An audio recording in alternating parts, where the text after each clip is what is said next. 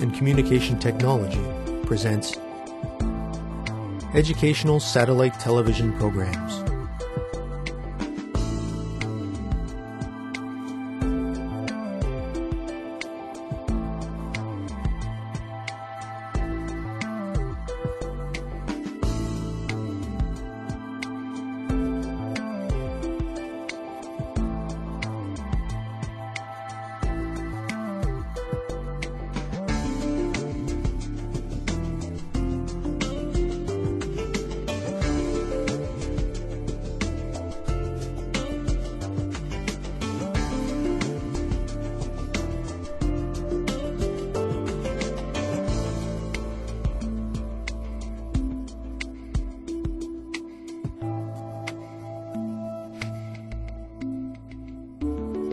Hello, teacher. Hello, students. Welcome to today's lesson on recycling in nature. In our last lesson, we discussed the carbon cycle. We learned how carbon cycles through organisms and the environment. We also learned that humans are currently creating more carbon dioxide than the environment can manage. This is causing negative effects on the Earth and the surrounding atmosphere. In today's lesson, we are going to learn about the nitrogen cycle. We will describe the stages involved and look at a couple of diagrams to help us better understand this cycle. Let us begin. Nitrogen is an important component to a wide range of biological molecules. For example, it is a vital structural part of amino acids and proteins. It is also an important part of the molecules of inheritance, including DNA and RNA. As we have discussed in previous lessons, plants make carbohydrates by photosynthesis. However, carbohydrates do not contain any nitrogen. So how do plants get nitrogen? Nitrogen makes up about 80% of the air we breathe. However, this is not how plants get nitrogen either. Plants cannot use this nitrogen because it is an inert gas.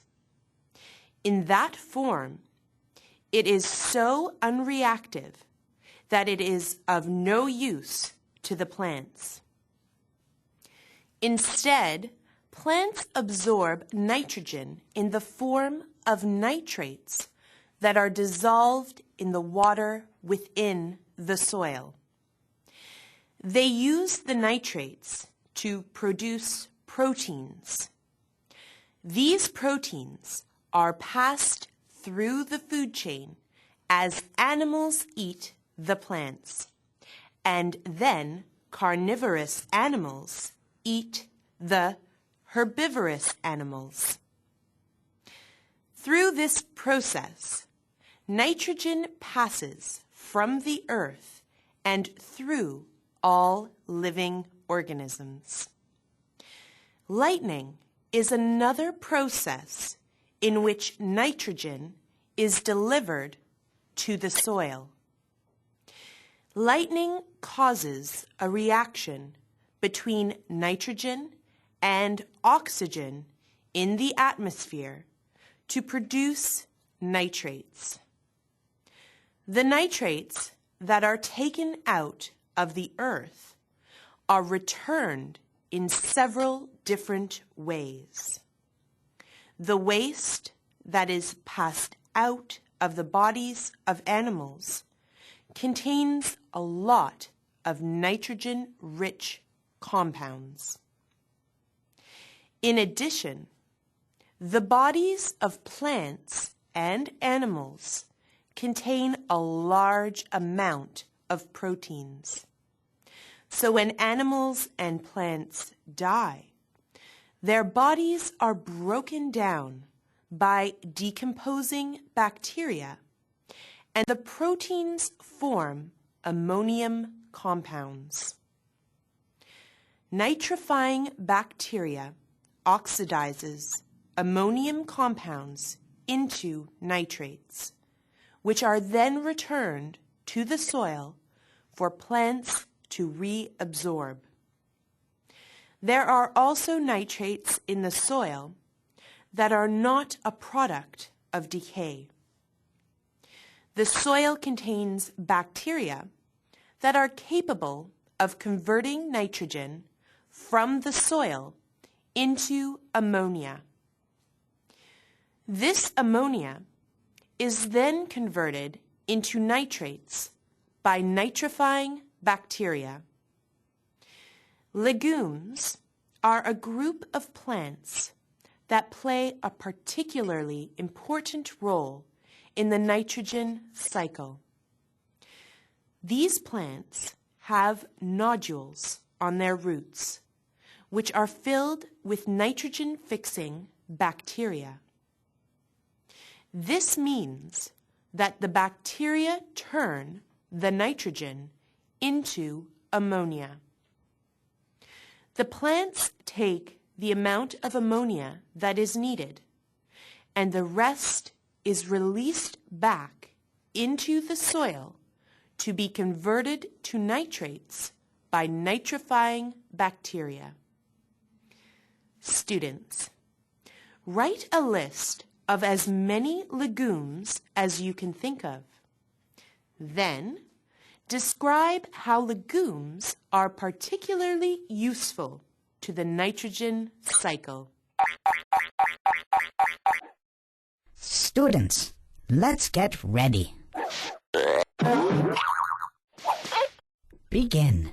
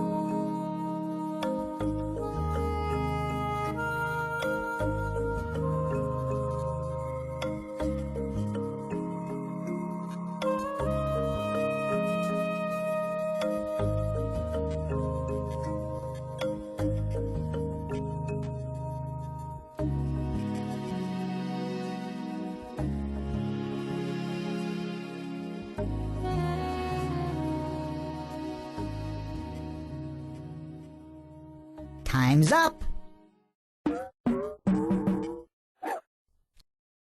Let's get back to our lesson. Hello, everyone. I am sure you were able to think of many different legumes. You might have thought of types of peas, beans, or clover, for example. Legumes are particularly useful to the nitrogen cycle because they have nitrogen-fixing bacteria living in the nodules in their roots. The bacteria in the nodules take nitrogen from the soil, convert it into ammonia, and then release any ammonia the plant does not need back into the soil. The relationship between legumes and the nitrogen-fixing bacteria on their nodules is an example of mutualism. Mutualism is where two organisms live together and both benefit from one another. In this case, the bacteria receive a supply of organic food from the plant as well as protection. In return, the plant gets ammonia, which it uses to form amino acids. Not all bacteria in soil are useful to the nitrogen cycle. Denitrifying bacteria is a group of bacteria that uses nitrates as a source of energy. These bacteria break the nitrates down, turning them into nitrogen gas. This reduces the amount of nitrates in the soil. However, returning nitrogen to the atmosphere is part of the process, and nitrogen can be used again. Hence, this is a cycle. Students, in a moment, you will see a number of statements regarding the content of this lesson. Please decide whether each statement is true or false. Students, let's get ready. Begin.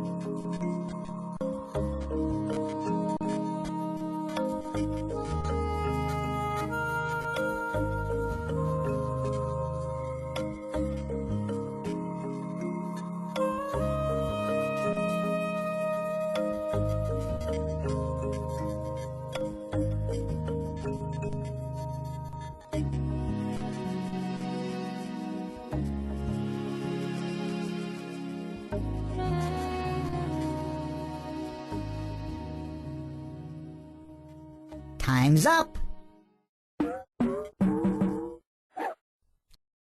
Let's get back to our lesson.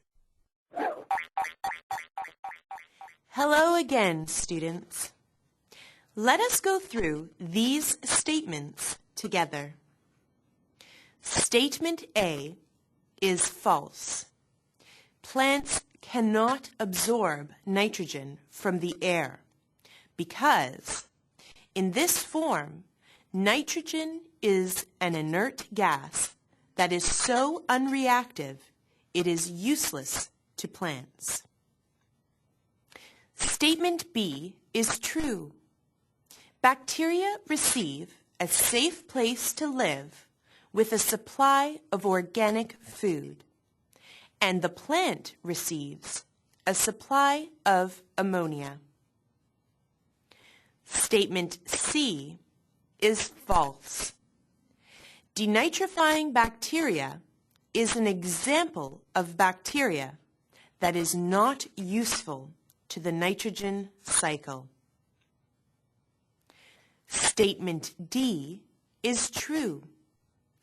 Nitrifying bacteria do turn ammonium compounds into nitrates. Plants absorb these nitrates. Finally, answer E is also true. When animals eat plants, they absorb the nitrogen from them. In today's lesson, we learned about the nitrogen cycle. We learned that plants absorb ammonia from the soil in the form of nitrates, rather than getting it from the air. We learned that plants turn the nitrates into proteins, which are then transferred to other living organisms when they eat plants. We learned that nitrogen is returned to the earth when animals excrete waste and when plants and animals die. Nitrogen-fixing bacteria that live on the nodules of legumes also release excess nitrogen back into the earth. This brings us to the end of our lesson for today. Until next time, thank you, teacher. Thank you, students.